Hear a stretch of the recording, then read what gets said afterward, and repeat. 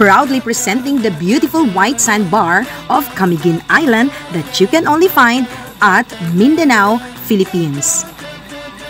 Paano nga ba puntahan ang lugar na ito? Kung kayo ay manggagaling sa Metro Manila, syempre sasakay kayo ng eroplano. Pwede din namang sumakay kayo ng barko, kaya lang medyo mahaba ang biyahe.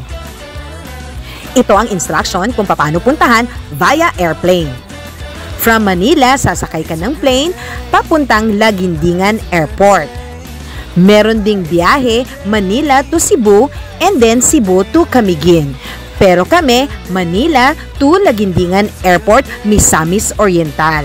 From Laguindingan Airport, meron po kayong masasakyan na mga shuttle or mga bus papunta sa Cagayan de Oro. Yung sinakyan namin, Magnum Coaster ang aming sinakyan at bumaba kami sa Limkit Kay Mall.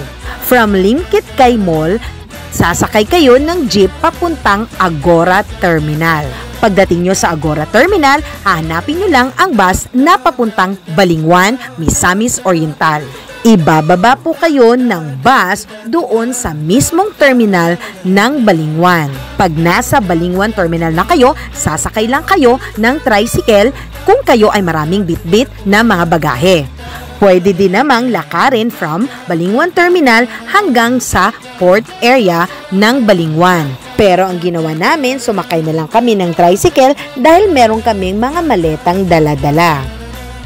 Huwag po kayong mahihiyang magtanong sa mga tao na nasa terminal dahil igaguide po nila kayo. From Balingwan Port Area, ang pamasahe papunta sa Camiguin ay 352 pesos. Yan ay regular fare. Wala pa dyan yung discounted fare. May mga discount sa PWD, sa senior at saka sa mga estudyante. Ang port na inyong bababaan pag kayo ay nasa Camiguin na ay Binoni Port ng Mahinog Municipality. Ang pinakamalapit na municipality sa White Sandbar na ito ay Mambahaw.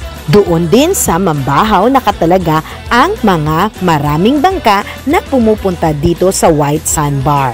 Kaya pasyalan mo na ang White Sandbar na ito na nasa Camiguin, Mindanao.